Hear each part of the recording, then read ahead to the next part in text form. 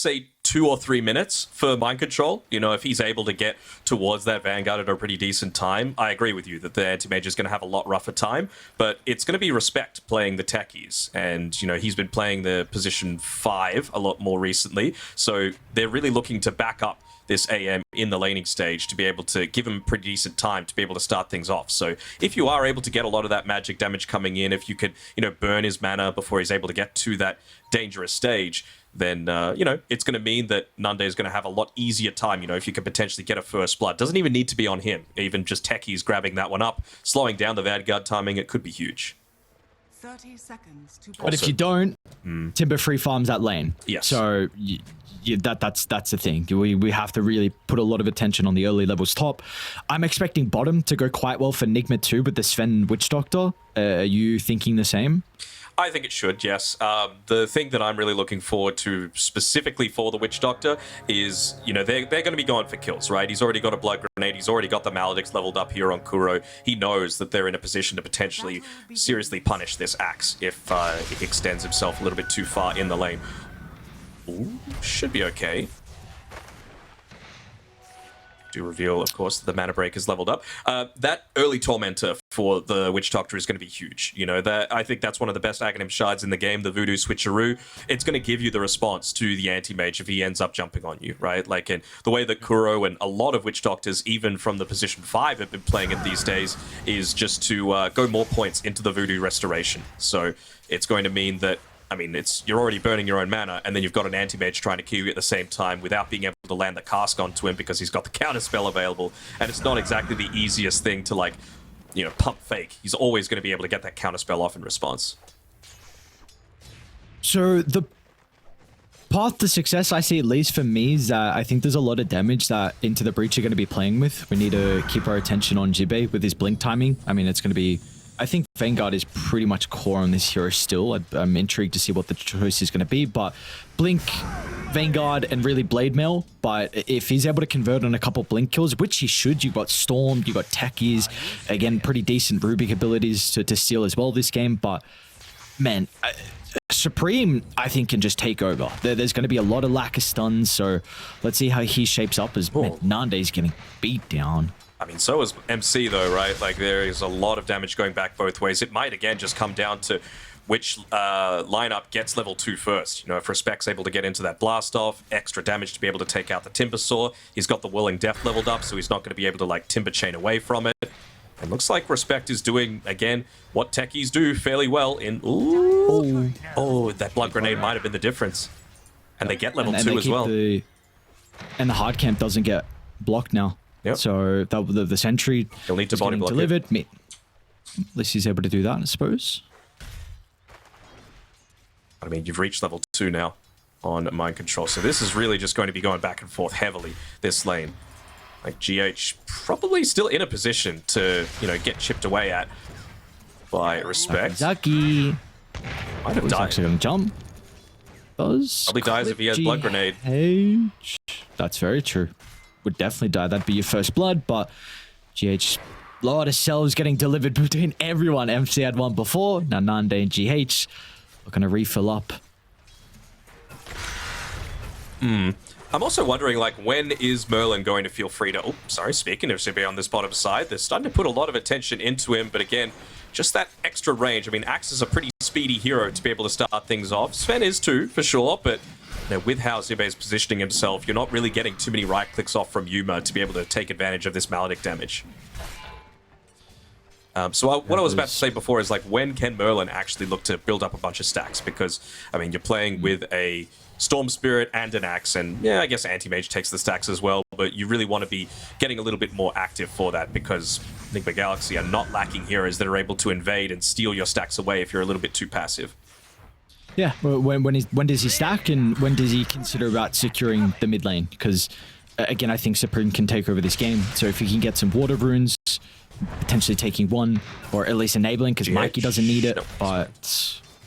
And even, you know, getting power runes as well. That's going to be another huge thing. You know, 6-8 minutes to potentially help the Storm to rotate as well. Another small thing is the Lotus. You know, Kuroki got one, Nande got the other. So with all the resource-heavy trading that we're getting out of the lanes, that's very important on who was able to pick that up. Might be now that they actually look to make a bit of a move on Nigma Galaxy, right? You've still got the Blur Grenade, you've got that Healing Lotus to be able to enable you to dive a little bit deeper, and it's well worth spending, you know, enough to be able to get that Blood Grenade if you're able to secure the first blood for your team. And importantly, Yuma's got the Boots of Speed now, so he can actually look to try and chase down Zibe. The downside is, lane's probably not in the best spot. Still just a little bit of harass coming out, and Merlin doing a fairly good job just to keep them pressured away. Yeah, that is. Top lane, GH might be in some danger. They got the slow to set up for the blast off. Nothing MC can really do to protect his support. The first blood finally picked up 4 minutes in. It's going to be Nande rewarded. Back to bottom we go as Merlin gets a kill as well. It's been a lot of poke from Nigma. Finally into the breach, able to get 2 kills in both their side lanes.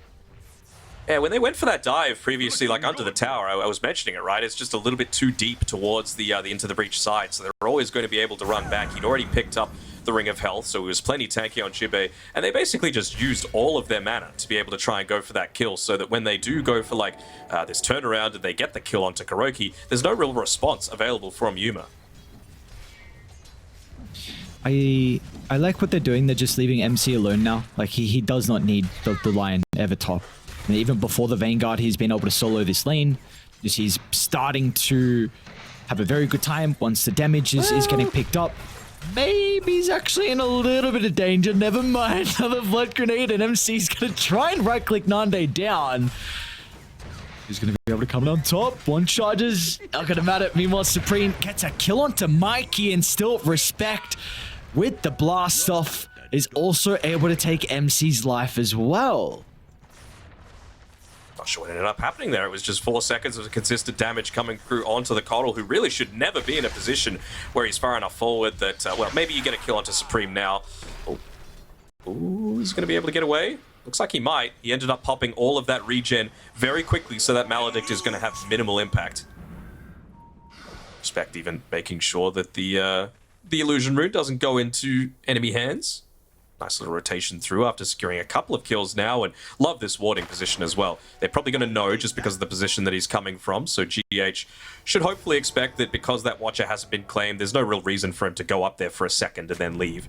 So, hopefully he doesn't get his high ground de-warded off the back of just walking up there under what is fairly obvious vision. That sentry blocking it, and even going to drop a second one and not even get the deny off. So, uncharacteristic mistake coming through there from GH, who looks like he's just going to be forced to back up, make a stack of the Ancient Camp, and hopefully secure that 7-minute Wisdom Rune for his team. Bottom lane. Yeah, First rotation out of Mikey. Needs to convert into a kill, and it looks like it will. Plenty of damage, getting active early on. And what is he... What's he going? He bought the staff, and then... Maybe that's when he was dying. He just wanted to buy his gold. I'm not too sure, but not sure. Anytime I see like a Windlace, I think, you know, is it yours? Is that the sort of thing that you're considering? But not this game. I mean, against the Axe, it feels okay to be able to get that one off, but certainly not the way that like a mid Coddle should typically be playing. I guess I mean just the staff is eventually into the Orchid, but yeah, we are going to see rotation though. The top lane we go. Supreme with the backstab. Catches GH out. And again, nothing MC is going to be able to do. So another free kill. Nande's going to be rewarded for that. So trade's completed. Already 1100 gold in the bank towards his Battle Fury. And Supreme has some great vision set up around mid to help him secure these power runes. Absolutely. I mean, he's even got his own bounty rune still available in the jungle. Where's the worst case scenario? And all the while this is happening, like a lot of this action is happening, making more stacks. Now that Jibe's got that Vanguard, doesn't need to go into this Sven lane anymore. He could just look to take all of this for himself. And it doesn't look like they're in a position to be able to steal it away either. Kuroki just walking at the moment underneath vision. And they might even be able to get a quick kill here onto the Witch Doctor. Telekinesis was just used prior, so no way to drag him back into Jibe. So Kuroki was still a little bit of experience. So Merlin was able to make 5 stacks overall, so Jibe reaping the rewards. That's going to help a lot out with the experience. Kuroki will sacrifice his life, but he's got the boys potentially turning around. It's a great double stun Great from cast, Kuroki. He's still alive? No way. Even 1 point on Voodoo, that's they're gonna enough. yoink He can it. tank through it all, and they'll need someone to help out. Mikey will come on over. Dai have his high ground ward, which will now be dewarded. They got the God Strength, though. They got the Mask of Madness, and they've got a huge. Keeper of the Light. So this is the thing we were talking about. You can't be greedy about it, and they weren't. You know, you didn't leave this for an anti-mage to be able to take. They actually took it at a pretty good timing, but it's just that response coming through from the Nigma supports, able to turn the tide. Some lucky bounces as well, coming through from just that level 1 paralyzing cask, but really showing the impact of what a Maledict onto 2 heroes is able to do. Top lane, Supreme TP's in with the Mana Void at the ready. Looks like they will have the damage with Supreme as well. Starting to rotate his GH. Is he going to be far? MC might be able to turn. Not enough damage by himself, and it looks like Supreme should get out of danger as well. So another big kill onto MC's Timber. But look at all that did for Yuma as well. Like, he was able to get the kill onto Jibe, who was having a pretty decent time up until that point, and stealing the stack means that he's 1,500 gold ahead of the enemy offlaner. What is the build going to be for Yuma as well? Looks like treads into the Echo.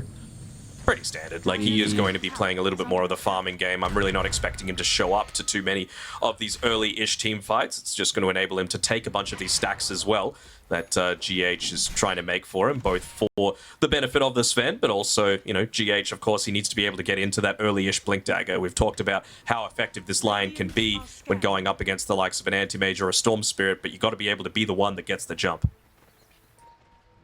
Yes, I do indeed.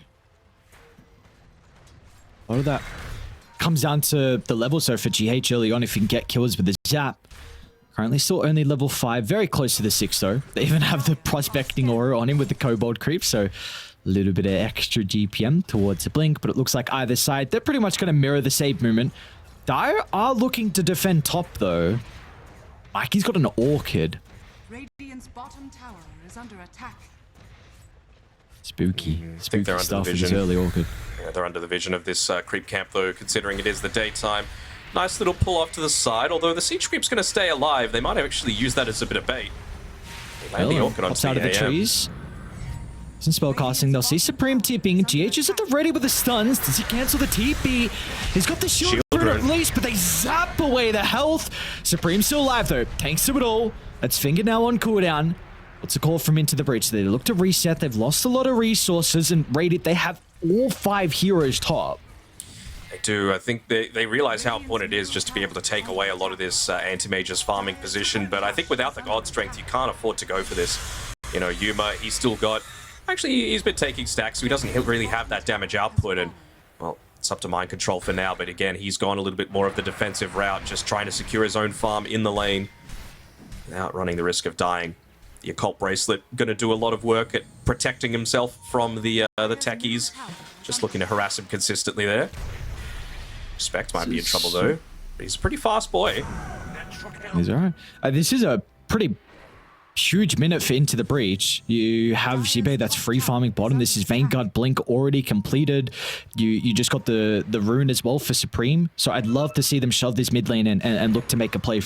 You've got some pretty decent vision around bot. Maybe you try and wrap behind this T1 tower on the mid side of the map. So let's see what the call is going to be. They're actually going to 3-man smoke and show Supreme on the lane. I like it. I mean, this is the sort of thing, like, you think you're in a period of safety, you think it's far too early for the Axe to be in this really strong position, but they're actually looking to make a move of their own. Mikey moving up towards the top side. Once again, 4 heroes here available on Nigma towards the top side of the map. They're putting so much emphasis onto taking away this Nande farm.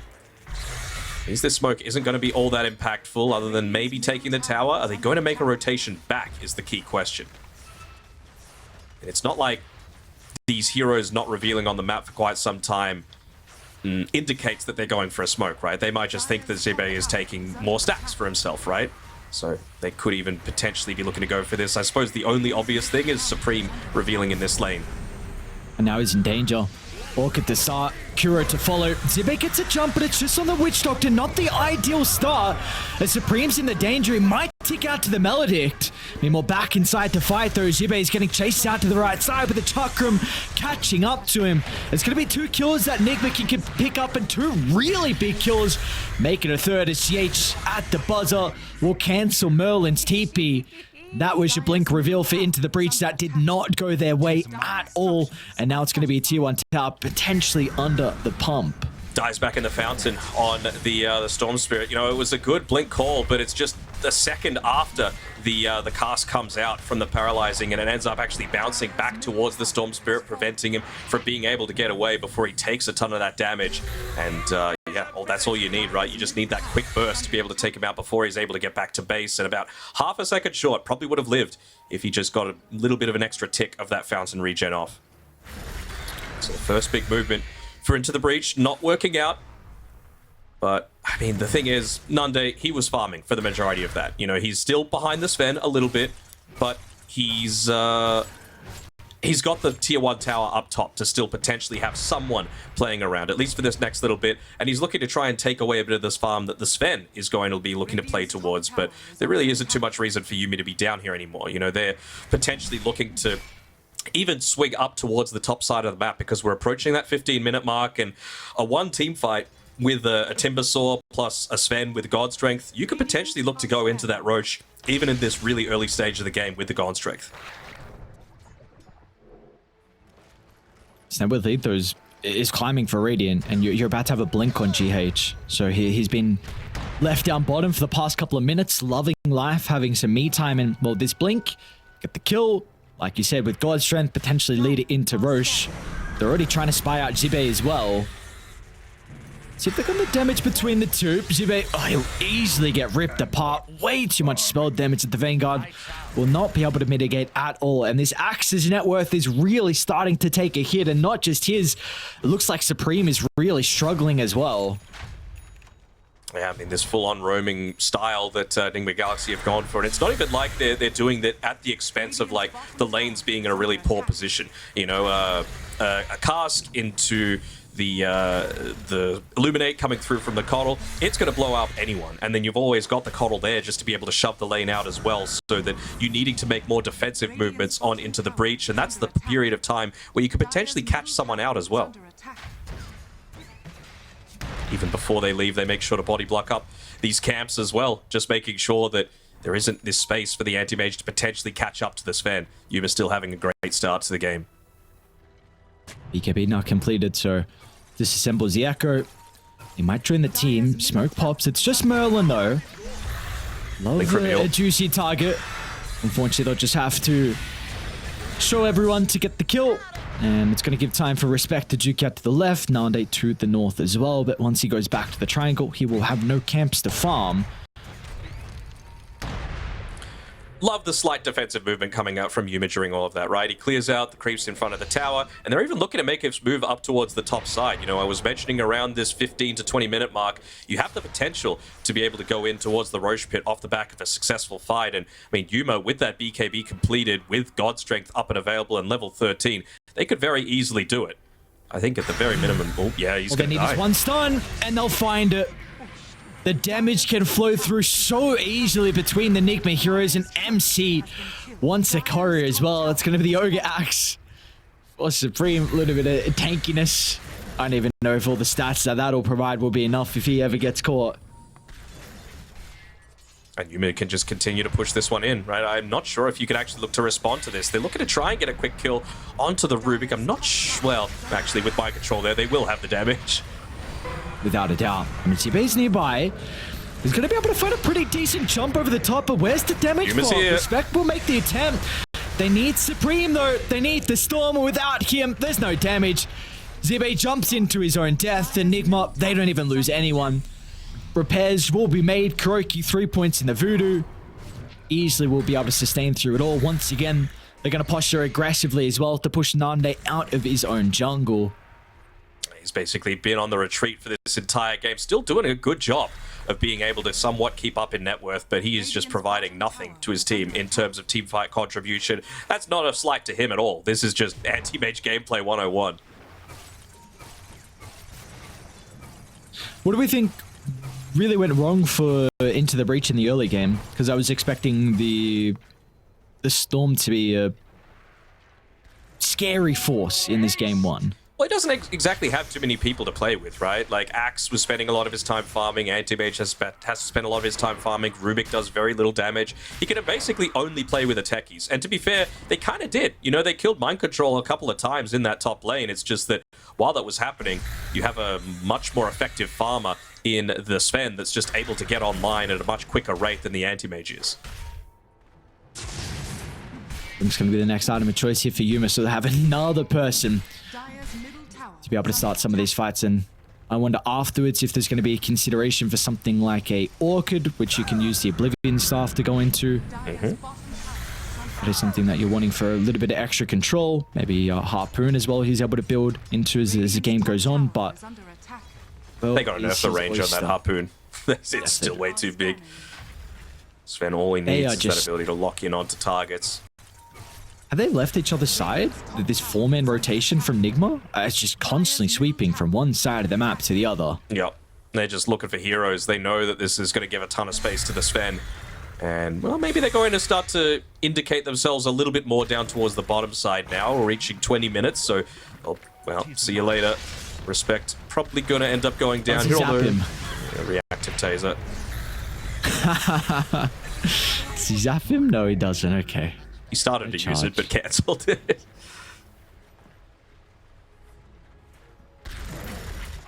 Human's in a position to maybe jump. Blink's a little bit away from the courier. Mikey's nearby as well to follow up. Ah, those damn creeps.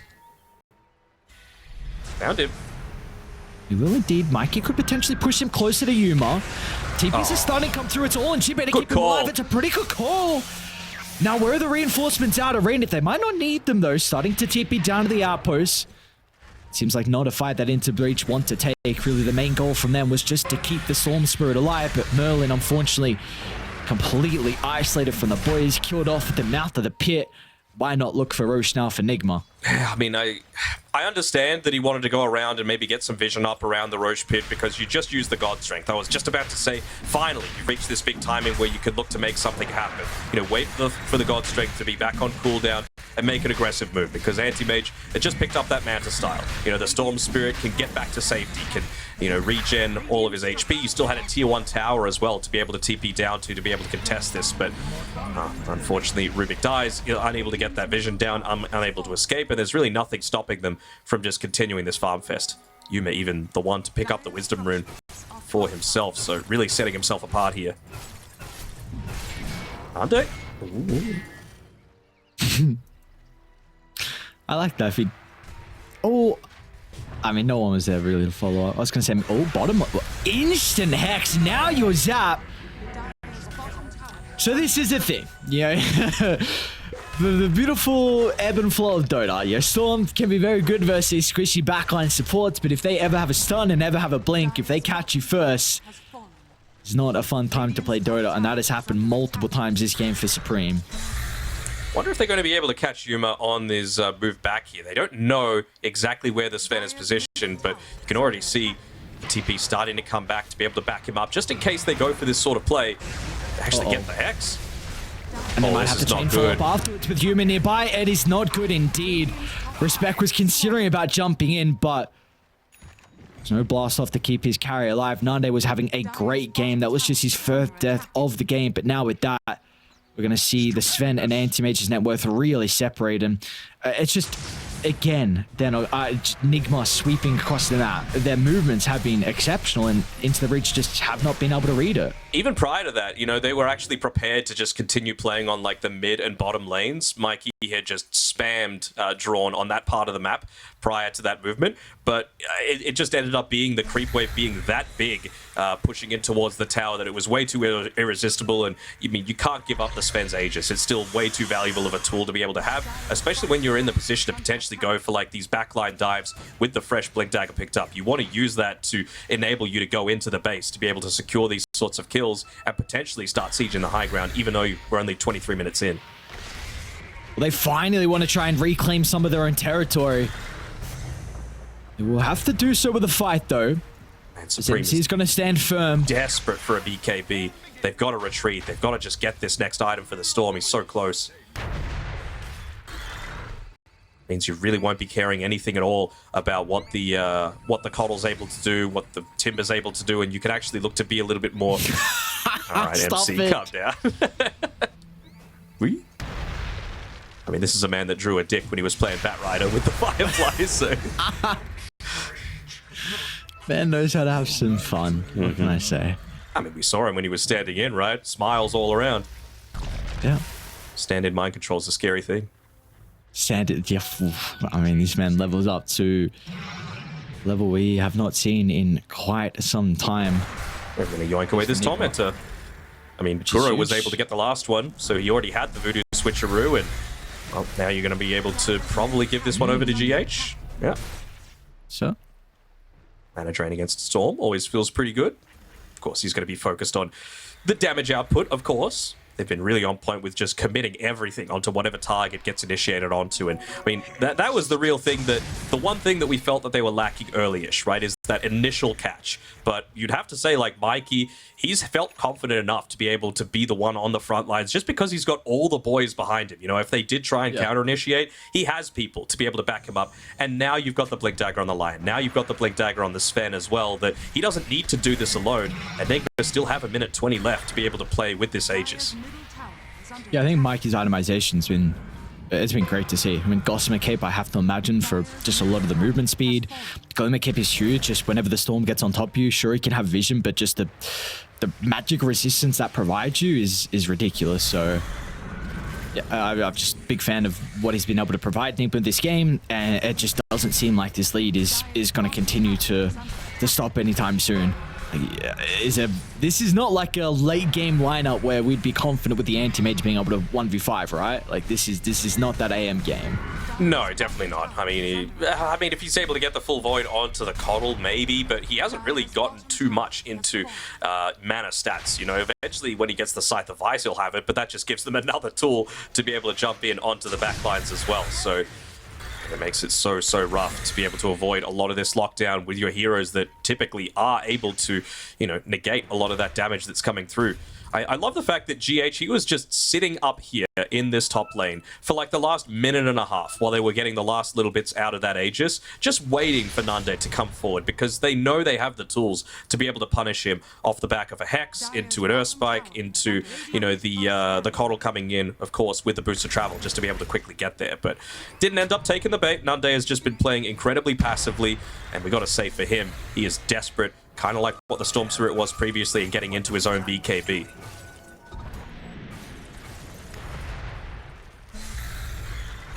We'll have trio BKBs soon on Into the Breach, and that's going to be a big benefit for them. That's going to be the ultimate timing, right? Yep. Like, they're really going to hit another timing anytime soon. Is Respect. Nice TP location. He gets out. Like, with the status of this game and how much they've been able to farm across the map, you'd have to say, like, this is probably their last big timing of the game. If they don't win this triple BKB fight, then it looks very grim. I would agree. And I mean, Merlin, he's working into an Aghanim Shard for himself as well, so obviously Nigma stole away the Tormentors. No way to stop it.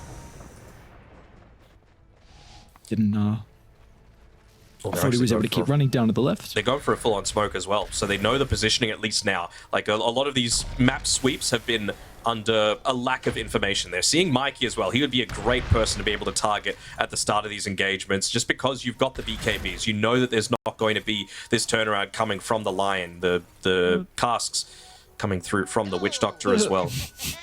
There's 4 bounties. What's going on? They'll take it. They'll extend the net worth lead even more.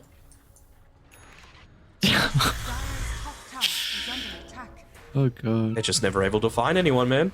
Uh-oh, Nande. Yo, JG is so quick! He's so quick on the fingers as soon as Nande shows in the lane. And now we got Supreme! Look at the timing! GH might be able to get Supreme as well. The BKB won't be needed thanks to the Glimmer Cape. Oh, Jesus.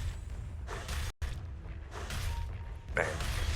GH is kind of nutty. You know, he's playing out of control. He tried to go for a stack there as well, using the Earth Spike to be able to bump the creeps into the air right at the 28-minute mark, but I wasn't able to get the timing just so perfect. They're running from Kuro. They might just die if they jump. Yeah, okay. Human shows in the lane. Who's gonna try and start Supreme? Finally into the breach, looking to take a fight. Jibei's going to be ready to jump into the middle. They'll get the call onto the Sven as well. Keep in mind, Yuma used the BKB in the prior fight. He's protected the moment thanks to the Glimmer Cape and into the breach. As soon as they see more members of Nigma show up, it's an instant retreat from them. Trying to take the fight without their anti-mage is going to prove to be a big issue. At least for no one will die. Nice retreat. So a lot of spells being casted between either side. It is, I suppose, a BKB that does get used between Jibei and Supreme as well. That's the much bigger deal. I mean, mind control... never mind. I was thinking, like, getting a little low here. Yeah, mana void available. Might be huge if they can get it off. Core should enable it. There's the damage. Down they could even turn it to Yuma as well. He tanked the mana. Surely. Yuma, though, is not dead. Finally. They get the finishing blow. A big kill, but MC stands strong. Nothing that he's concerned about now with all the spells being used from into the breach. MC turns and assassinates Merlin. In the end, what was looking like finally a really good opening for Into the Breach, they only get the kill onto Yuma. Gotta say, like, Jibei, he's been on point with a lot of these, you know, counter-initiation calls in response. It's just that his farm is nowhere near to keeping up with what the Timbersaur's been able to get, just because he doesn't have those heroes to be able to play with. Even, you know, techies on his own, just because they're roaming around as 4, like, what is an axe call into techies going to be able to do? You know, it really just feels like they've got all the answers to a lot of this aggression that Into the Breach are trying to get, and it's going to need, it feels like a misplay coming through from Nigma Galaxy before they're able to potentially start to turn this one around. 16k net worth lead, 80% win probability. They might even be finding Nande here. No Scythe of Vice yet, though, on mind control. That's the big word, though, yet. He's pretty close, though. One component. Mikey, too. All right, you're about to have, well, you're about to have 3 hexes overall, so... Yep. With that. It's probability. Still 23% for Dire. Huh? It's pretty high. Surprised. They're all down bottom as well, so we're forced to be in a position where they need to contest this Roche. It's a good ward as well from Respect, but no one else is really nearby to get the instant jump if anyone shows. How quick are they in being able to take this Roshan? Looks like they're not even interested in contesting against it. Supreme just playing around their vision for now, and this is going to be the second one that they're able to claim fairly easily for themselves. Do you like this call from Into the Breach? Do you feel like they can defend high ground into Ages and Cheese? It's going to be rough, but, I mean, Nande just hit up onto his level 20. He's got an extra 200 blink cast range, so he is able to instantly find those people on the back line. It's a rough situation, though, for Supreme to go into. I guess the positive side is actually maybe looking to see if they can catch them with some sort of movement straight after the Roshan, but they've got the Silver Edge to be able to play around with as well on Yuma. If a fight breaks out now, there's no Mikey. He's starting to run down with that scan connecting.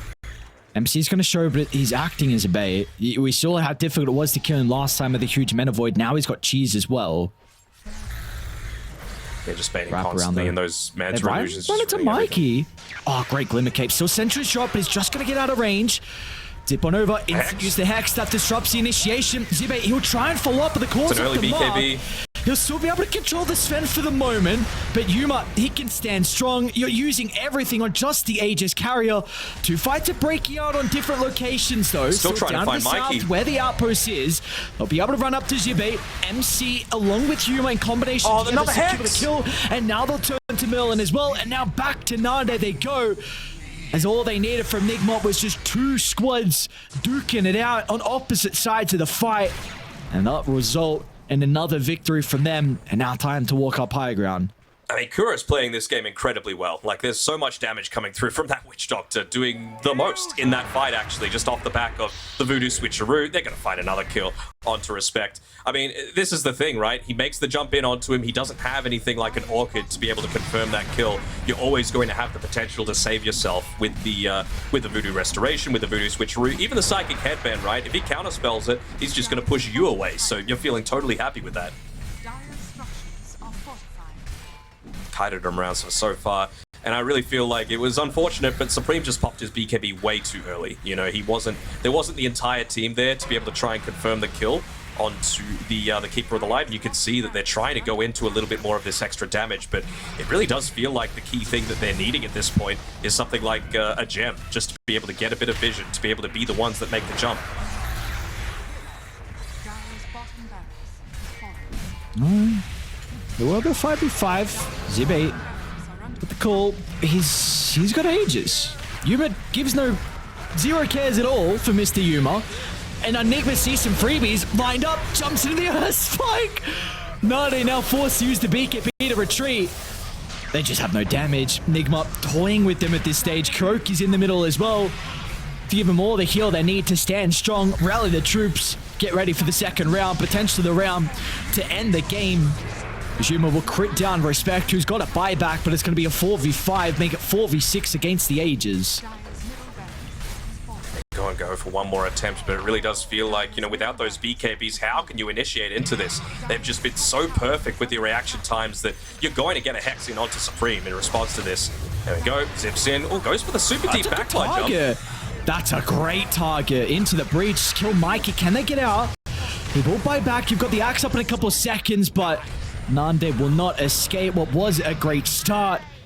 Soon crumbles as soon as the anti-mage dies, and that will be all she wrote. Good start for Nigma in our first series of the night. Good start? Is this too much of a superlative? I think this is the best I've ever seen Nigma play in like 2 years, honestly.